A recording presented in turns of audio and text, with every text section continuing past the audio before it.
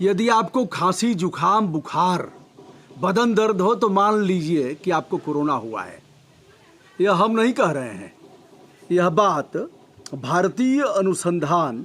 भारतीय आयुर्विज्ञान अनुसंधान परिषद कह रहा है, आईसीएमआर। आईसीएमआर ने कहा कि यदि खांसी, जुखाम, बुखार और बदन दर्द है, ऐसे सिम्टम अगर आपके पाए जा रहे हैं तो आप मान लीजिए कोरोना हुआ है, किसी जांच की ज़रूरत नहीं है, इलाज शुरू कर दीजिए। नंबर 1। नंबर 2, आईसीएमआर ने कहा है कि पूरे देश में 2506 लैब हैं, यानी 2500 लैब हैं और वो लैब जांच नहीं कर पा रहे हैं। यदि 3 पारी में कर्मचारियों को लगा करके जांच कराया जाए तो 15 लाख जांच हो पाएगा। अब है क्या, उसी में जो जांचकर्मी हैं, जो लैब टेक्नीशियन हैं, वो अभी संक्रमित हो रहे हैं, बीमार हो रहे हैं, उनकी भी आकस्मिक इस तरह के अवकाश हैं, लगातार वह काम नहीं कर पा रहे हैं। नियुक्तियां आपने किया नहीं, नियुक्तियों को लगातार टालते गए। जो नियुक्तियां किया आपने ठेका पद्धति पर किया, 11 महीने बाद उनको कान पकड़ करके बाहर कर दिया। ऐसी स्थिति में देश के सामने गंभीर समस्या पैदा हो गई है। तो यह भारतीय आयुर्विज्ञान अनुसंधान परिषद कह रहा है कि यदि एक बार आपकी जांच हो गई, आरटीपीसीआर, ट्रू नेट एवं सीबी नेट की जांच हो गई, तो दोबारा जांच की ज़रूरत नहीं है। आप इलाज कराइए और दोबारा आपकी जांच नहीं की जाएगी, क्योंकि हमारे पास उतने संसाधन नहीं है कि हम जांच कर सकें।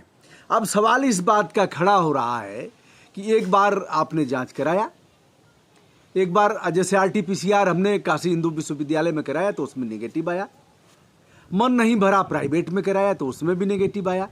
उसके बाद जब डॉक्टर को दिखाने गया, क्योंकि दिक्कत जो थी वह कम नहीं हो रही थी, दोनों तरफ भयंकर दर्द हो रहा था, भीतर से बुखार था और जुखाम मतलब पानी गिरना ख़त्म हुआ तो जकड़न हो गई, खांसी आ रही थी। जब खांसी आती थी तो रुकने का नाम नहीं ले रही थी। तो खांसी के लिए अदरक लेते थे, काली मिर्च लेते थे, इस तरह का कभी लौंग लेते थे, खांसी की दवा भी लिए, आयुर्वेद की दवा लिए, एलोपैथ की दवा लिए। जब ठीक नहीं हुआ तो विवश होकर के डॉक्टर साहब के पास गए। डॉक्टर साहब ने रिपोर्ट एक तरफ रख दिया, कहना नहीं सिटी स्कैन कराइए, ये सब रिपोर्ट का कोई मतलब नहीं है। अब सिटी स्कैन काफ़ी घातक बताया जाता है, 300 एक्सरे के बराबर एक सिटी स्कैन। अब सिटी स्कैन हुआ साहब, सिटी स्कैन में भी घबराहट हुई, अब अकेले भीतर घुसा दिया गया और ऐसे आना जाना, ऐसे तो उसमें भी खांसी आ रही थी। बहरहाल सिटी स्कैन हुआ और सिटी स्कैन के बाद उसमें पाया गया कि आप संक्रमित हैं। बहरहाल डॉक्टर साहब ने उसी के बाद दवा चलाया। सिटी स्कैन काफ़ी महंगा है, सामान्य व्यक्ति कराने में 10 बार सोचेगा। जितना पैसा सिटी स्कैन करने में खर्च करेगा उतने में उसका पूरा इलाज हो जाएगा। तो भैया आप सिटी स्कैन कराना पड़ा। तब डॉक्टर साहब ने दवा लिखा, 10 प्रकार की दवाएं लिखा डॉक्टर साहब ने, और दवाएं हुई, बहरहाल मैं ठीक हूँ। लेकिन सवाल इस बात का है कि अब हम डॉक्टर साहब के पास जाएंगे तो डॉक्टर साहब फिर सिटी स्कैन करवाएंगे, कहेंगे भैया आप कैसे पता लगेगा कि आप ठीक हैं कि नहीं ठीक हैं। तो 3530 रुपये फिर सिटी स्कैन में लगेंगे, या फिर कोई और जांच कराएं, 1700 रुपये की और भी जांच कराया। तो यह बताइए, जैसे चलिए हमने झेल लिया, सामान्य व्यक्ति कैसे झेलेगा। अब आप उसकी सरकारी जांच करेंगे नहीं, कहेंगे नहीं नहीं नहीं हो गया आपका जुखाम, खांसी, बुखार है ना, बदन दर्द हो रहा है तो दवा करिए आप। मान लिया गया कि कोरोना आपको है, तो अब मान लिया कि कोरोना है, उसने फिर दवा इलाज कराया, जांच आप कराएंगे नहीं, क्योंकि आपके पास इतनी प्रयोगशालाएं नहीं है। सब कराएंगे तो बता रहे हैं कि साहब 15 लाख से अधिक हम करा ही नहीं पाएंगे, वो अभी 3 पारियों में कराएंगे तब। तो यह स्थिति है। फिर कहा गया है कि अब अगर आपको एक प्रदेश से दूसरे प्रदेश में जाना हो तो आरटीपीसीआर और इन जांचों की कोई ज़रूरत नहीं है, आप आ जा सकते हैं। तो इससे जानकारों का यह कहना है कि जो सुरक्षा का चेन है वह टूटेगा और कोरोना और भी संक्रामक रूप लेगा, यहाँ से वहाँ तक फैलेगा। यह स्थिति है भाई। अब अगला विषय मैं बता रहा हूँ। टीवी चैनलों ने एक व्यक्ति की जान ले लिया एक व्यक्ति की। मामला गाजीपुर का ही है, नाम बताने से मैं परहेज कर रहा हूँ। आज यही फ़ोन आया था और मुझे गर्भजीत ने बताया किस तरह से सर हमारे मोहल्ले में एक फला और आपके जानने वाले भी थे, वह उनकी स्थिति क्या हुई कि वह गए गाजीपुर जांच कराए, जांच में उनका पॉजिटिव आया। चिकित्सकों ने कहा कोई बात नहीं, दवा लिख देते हैं, सब तो होता रहता है, नेगेटिव पॉजिटिव आता रहेगा, इससे घबराइए मत। चिकित्सकों ने अपने ढंग से उनको साहस प्रदान किया, घर आए दवा लेकर के, लेकिन अब पॉजिटिव आया है, कोरोना पॉजिटिव हुआ है। कोरोना एक बड़ा नाम है, कोरोना मृत्यु का दूसरा पर्याय है। कोरोना इस तरह की घबराहट है कि आपकी सारी इंद्रियां शिथिल हो जाएंगी, अब सब दिखने लगेगा और लगेगा कि भैया अब तो फला फला फला फला का काम तमाम हो गया, अगला नंबर हमारा ही तो नहीं है। जैसा कि अनेकानेक लोगों के साथ हार्ट अटैक की घटनाएं हुई हैं, जांच में पाया गया है कि उनकी हृदय गति रुक गई, घबराहट होगी और घबराहट होने के बाद पसीना होगा और जो कुछ भी होता है।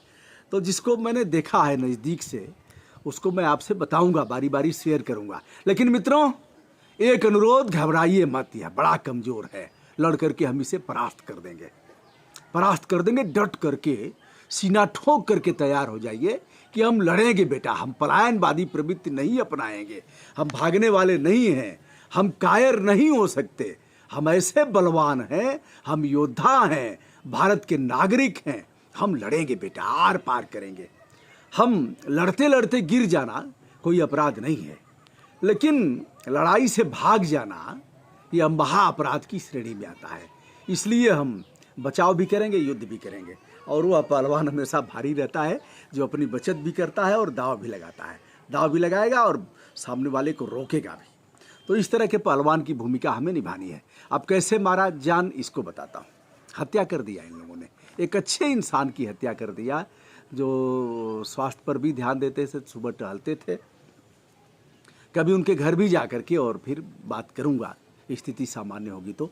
दोस्तों, जब घर आए तब उन्होंने खोला, पहला चैनल आया आज तक, तो उसको देखा, यह लाशों का अंबार लगा हुआ है, शासन प्रशासन ध्यान नहीं दे रहा है, यह पेट्रोल से लाशें जलाई जा रही हैं, यहाँ शमशान घाट पर कहीं कोई जगह नहीं है, यह क्या हो गया है, शासन सुन नहीं रहा है, नगर निगम को ध्यान नहीं है इस बात का, यहाँ बोर्ड लगा दिया गया है, तमाम।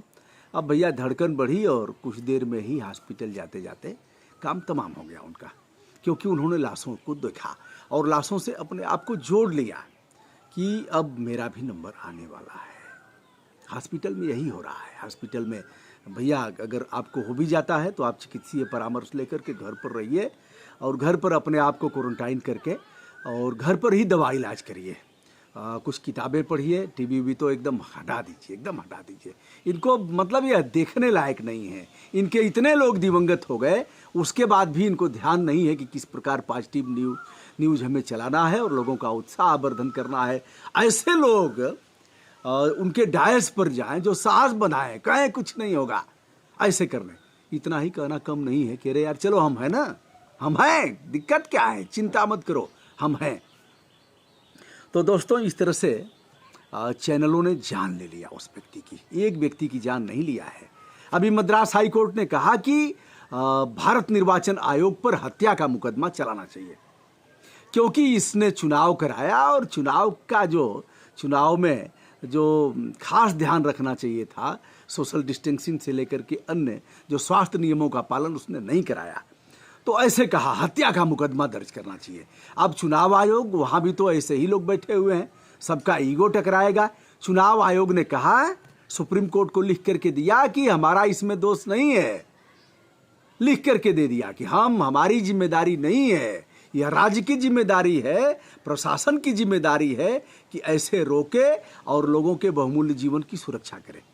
अब तमाम मामले हैं, राज्य निर्वाचन केंद्रीय निर्वाचन आयोग इससे भाग नहीं सकता, जहां तक मेरा सुनिश्चित मत है, क्योंकि आप सारी चीज़ें आपके कहने पर ट्रांसफर पोस्टिंग होगा, आपके कहने पर सारी चीज़ों को फॉलो किया जाता है। टीएन शेषन ने बता दिया कि क्या अधिकार होता है आयोग का, भारत निर्वाचन आयोग का। समय समय पर आप उसको करते भी रहते हैं, सारी चीज़ें, सारे अधिकार आपके पास हो जाते हैं, तो आप उसको भी करेंगे। आप यह कह सकते हैं कि अगर पालन नहीं हुआ तो मैं चुनाव को निरस्त करूंगा। आयोग कहेगा, हमें आदेश देना पड़ेगा कि क्यों न 5 राज्यों के चुनाव निरस्त कर दिए जाएं।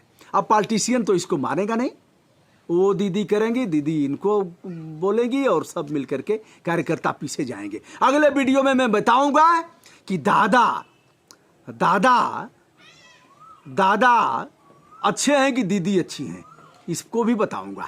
और कार्यकर्ता क्यों मारा जा रहा है, कार्यकर्ता की स्थिति बंधुआ मजदूर की है। कार्यकर्ताओं को पहले भी कहा हूं, आज भी कह रहा हूं, पॉलिटिशियन एक ही हैं, सब एक ही चट्टे के बट्टे हैं। अपनी जान मत दो, या तुम्हें भुनवा देंगे या तुम्हारी हत्या करवा देंगे। जानेंगे कि ब्रजभूषण दुबे के साथ ऐसा करने से हमारा वोट बैंक बढ़ेगा, तो रातों रात ये हत्या करवा देंगे, रातों रात ये SC ST से लेकर के और तमाम ऐसे बलात्कार और ऐसे अपराध में वांछित करवा के टंगवा देंगे। यही इनकी स्थिति है। और को बड़ छोट कहत अपराध हो, किसको छोटा अपराधी कहा जाए, किसको बड़ा अपराधी कहा जाए, सब एक ही चट्टे के बट्टे हैं। मैंने नज़दीक से इनको देखा है। तो दोस्तों, आज के दिन इतना ही। अगले वीडियो का इंतजार करिए। विनम्रता के साथ सादर नमस्कार। बहुत बहुत धन्यवाद।